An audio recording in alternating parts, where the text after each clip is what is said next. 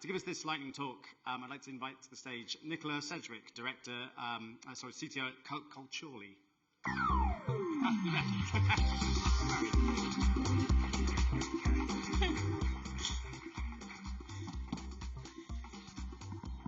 I should probably fess up first. I'm not a CTO.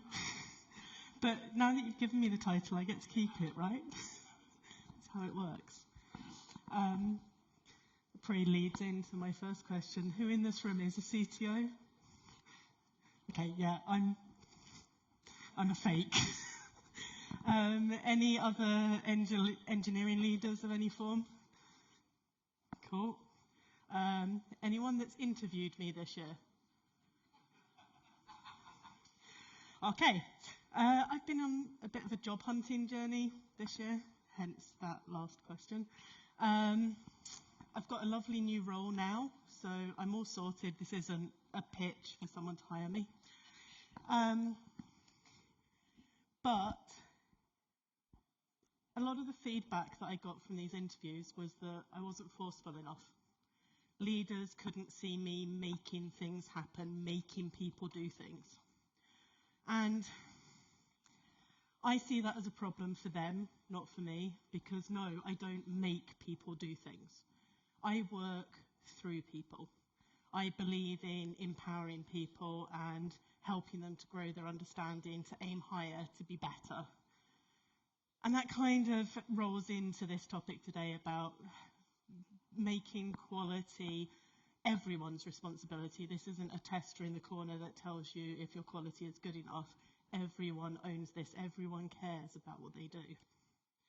And I should probably be clear, when I say quality, I'm talking holistic quality. This is quality of the people and their learning, like Hal's just been talking about. This is the product, this is the customers, this is the engineering, this isn't just testing. And I'm hoping this audience will enjoy finding out how crucial they are to achieving this, because that's my sales pitch, getting everyone here on this page and making this a wider thing. So let's go with the actual content. September 2019, I joined a startup called Kazoo, and they were just taking shape. They hadn't launched yet, and I had the privilege of coming in to set up the quality processes, the quality mindset from the get-go. It's not often that you get the opportunity to have something completely greenfield. There are no customers yet. Everything is up for grabs. You can set up whatever you want. No legacy. No systems that have been around for years. Perfect playground. I came in as quality coach, and I agreed with my engineering director that I shouldn't manage the quality people. I wanted them fully embedded in their product teams, reporting to the same manager as the engineers. This in quality circles is massively controversial, massively. For a start, who's going to teach them about quality? Who's going to train them? Who's going to defend them? My argument is quality is part of engineering. Quality is part of what we do. If our engineering leaders don't understand quality, that's a big problem. We shouldn't have to have separate quality leaders to make that a thing. So we looked to shape the teams so that we were focusing on the quality of the whole team. So the way we set the teams up, these were fully cross-functional teams. Every role that was required by the team was part of that team, be it a user researcher, product owner, engineer, quality, they're all in the team together. We used forecasting to predict teamwork based on past performance, rather than spending endless hours estimating and prioritizing. Working with a smarter slicing strategy for the work we were going to do and looking at how that team had previously performed let us focus on how do we get better at the work we're doing rather than how do we get better at estimating. I think probably most people follow this these days, Amazon's two-pizza rule. Keep product teams small so they can effectively communicate, try to avoid silos, try to avoid top-down decisions. And we followed the DevOps principle of you build it, you run it, on the basis that if the team owns their support and they own their operation practices and they own their pipelines, that helps drive the quality of that team's product. There are two other big aspects of quality for me. One is about shifting left. You should know more about what you're going to build before you're coding. You should know more about the risks, more about the customers, more about the research and the data and how you can look at success. So shifting left, we were looking at practices around collaboration, data-driving decision-making, product-led practices, and focusing on risk and de-risking. That doesn't mean fixing everything. Common misunderstanding of addressing risk is you remove the risk. You can absolutely proceed at risk. Just don't do it blindly, saying everything will be fine. Shifting right on quality, on the other hand, the practices are about caring about the customer impact. Don't hit deploy and go, job done, walk away, everything's fine. Are customers using what you changed? Are they using it in the way you expect? Are they satisfied? Are they complaining? Are you running experiments? Are you actually innovating and learning about your customers, learning about the quality of your product, or are you playing it safe? Observability was absolutely key to us, to know what our customers were doing as they were doing it to help drive our quality rather than waiting until angry customer support queries come in. And OKRs are how we focused on the company quality and the goals that we're going after and how they translated into tech work. The meaty bit. Nothing ever goes smoothly, right? Ever. Kazoo was not just a high growth environment, it was hyper growth. There were some months when we had 30 to 50 new starters just in tech. We had a lot of new people coming on board fast, and some of those people coming on board were because we had acquired other companies who had tech teams. Their culture of quality was completely different from what we'd set up. Anyone that's gone through a merger or an acquisition or has been bought out themselves knows the culture clash that occurs then. We tried to address this by having a very strong onboarding bootcamp program. So all of our direct hires, but also all of the people we acquired through company acquisitions went through our bootcamp. It wasn't brainwashing, I promise. It might have been slightly close to brainwashing, but this was expectation setting. What were our values? What were our practices? What was considered bare minimum? And that was quality. It was engineering practices, it was product practices, it was setting that expectation across the board. I love that Hal's been talking about learning, because one of our big ways of doing that was with communities of practice, wrapping everyone together into peer and shared learning. And this last one wasn't explicit, we never actually said this outright, but you build on culture.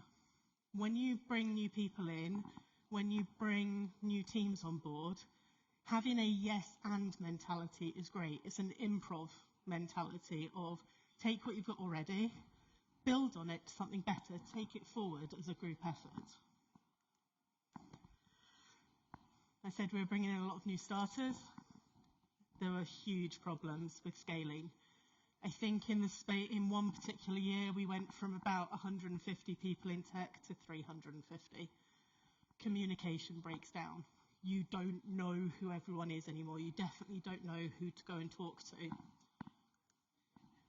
So to combat that and to keep our quality culture, we increased our focus on data-driven decision, not opinion-driven decision, because we were hiring smart people. And I'm assuming everyone in this room wants to hire smart people. Smart people tend to be slightly opinionated and argumentative because they're smart and they know things. The important thing isn't to have one opinion outright outride everyone else. The important thing is to work together, whether it's disagree and commit, whether it's purely data-driven. The important thing is to focus the decision-making on something tangible, not opinion. We had a culture of coaching and mentoring, both at an individual and at a team level, so focusing on team health to improve the culture of quality that way, but also individuals that might be struggling. I said that I made a shared decision that our quality engineers reported to our engineering managers. Not many of our engineering managers were comfortable with that. It was out of their comfort zone. Admitting they lacked the knowledge in front of their team members is a scary thing to do. Coaching and mentoring helped with that. Yay, formatting. Focus on asynchronous communication. You can't get 350 people into a meeting room for a shared decision-making session. 95% of them will say they're bored. The other 5% are probably lying. So you have to have other methods. And we do things like create RFCs in Notion, send out ideas for comment. People can read it in their own time, give a week or 2 week deadline for the reading and the commenting, gather opinions, a little bit like Michael's cascading communication plan earlier. Speeding on, 15-minute talks are hard. I'm glad I'm not the first Peter Drucker quote of the day. You can't manage what you can't measure. I'm the first one to get it wrong while it's on screen though. How did we measure things? We had this amazing culture of quality, everyone bought into it. We hired smart people that even if they didn't know how to do this level of quality already, they had a growth mindset, they wanted to learn. How often do we practice what we preach? I shouldn't eat chocolate, I love chocolate. Don't practice what we preach as humans. So we ran a survey to actually measure what was going on in the teams. And what we surfaced was a lot of information about, yes, people thought practices were important, but day-to-day operation, things slip. The problem with this kind of survey is you have to be careful what you measure, because you can end up just improving the measurement rather than what the measurement means. So, want to improve our impact on customers? Great.